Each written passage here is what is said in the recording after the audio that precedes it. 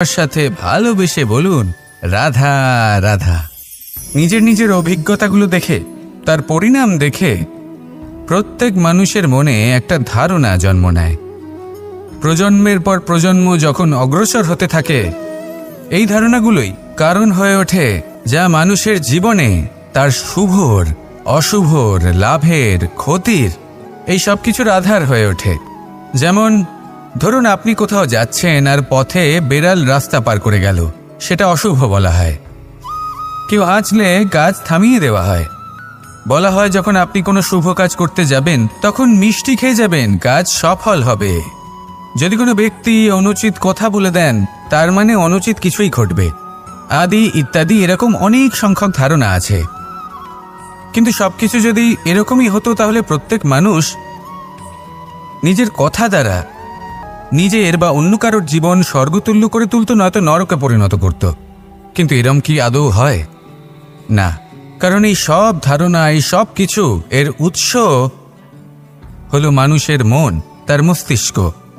যখন আমরা কোনো বাক্য বা কোনো ধারণাকে একটু বেশি গুরুত্ব দিয়ে ফেলি, তার উপর একটু বেশি বিশ্বাস করে ফেলি, তখন যেটা হয়, তখন আমাদের এই ইচ্ছে শক্তি তার সঞ্চার হয় সেই বাক্যের মাধ্যমে। আর সেই জন্য সেই বাক্য আস্তে আস্তে ফলপ্রসূ হতে থাকে। এটা হলো মানুষের মনের শক্তি, তার মস্তিষ্কের শক্তি। এটা কখনো ভুলে যাবেন না। এটা প্রয়োগ করুন আর তার সদ্ব্যবহার করুন। একে প্রয়োগ করুন নিজের লক্ষ্যে পৌঁছানোর জন্য, শুভ কর্ম করার জন্য।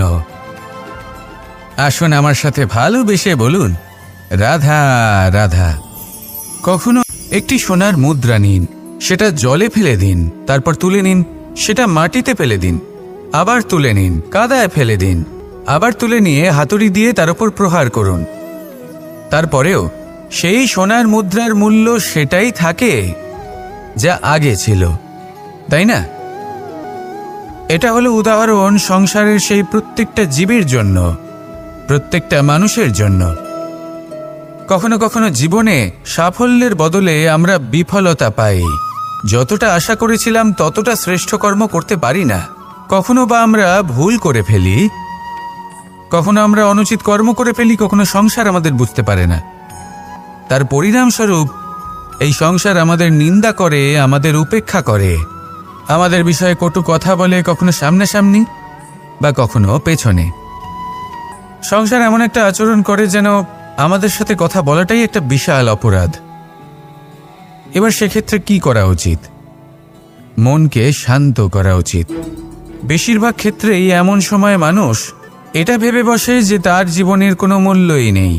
তার মনে হয় যে সে এই সংসারে শুধু একটা বোঝার সমান। সে নিজেকে ঘৃণা করতে থাকে। ওর মনে হয় যে তার জীবন শূন্য। কিন্তু তা নয়। আপনি সোনার মুদ্রার মতো। যদি আপনার মধ্যে সেই গুণ থাকে, আপনি শ্রেষ্ঠ কর্ম করেন, আপনার মধ্যে সেই বিদ্যা থাকে, আপনি নিরন্তর প্রয়াস করেন, সৎকর্মের পথে এগোতে থাকেন, তাহলে আপনার নিজের যে মূল্য তৈরি হয় সেটা কোনো পরিস্থিতিতে কোনো ব্যক্তি আপনার থেকে কেড়ে নিতে পারবে না। শুধু নিজে ভেঙে পড়বেন না। এটা ভাবুন, যে সম্মান আপনি হারিয়েছেন সেটা আপনি কিভাবে ফিরে পেতে পারেন, তার জন্য কি করতে হবে। যে ধন আপনি হারিয়েছেন সেটা পেতে হবে কিভাবে, তার জন্য কি কি করতে হবে। শান্ত মনে সবটা ভেবে দেখুন, সিদ্ধান্ত নিন এবং অগ্রসর হন। আপনি এই সংসারের কাছে তেমনই হয়ে উঠবেন যেমন আপনার কর্ম হবে। যদি তা শ্রেষ্ঠ হয়, সবাই তাই ভাববে। আসুন আমার সাথে ভালোবেসে বলুন রাধা রাধা। আমাদের সবার মধ্যেই কিছু বিশেষ গুণ আছে, আর সবার মধ্যে কোনো না কোনো দোষও আছে।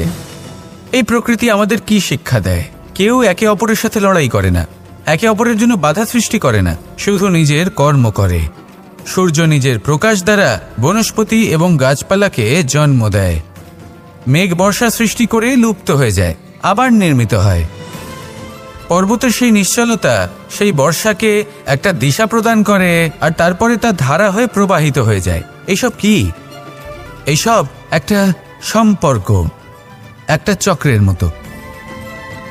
সবাই একসাথে নিজের কর্ম করে, তাই এই চক্র আবর্তিত হয়। এটা আমাদেরও করতে হবে। একসাথে মিলে কাজ করতে হবে। কারোর জন্য বাধা হয়ে উঠলে হবে না, কাউকে ছোট মনে করলে হবে না।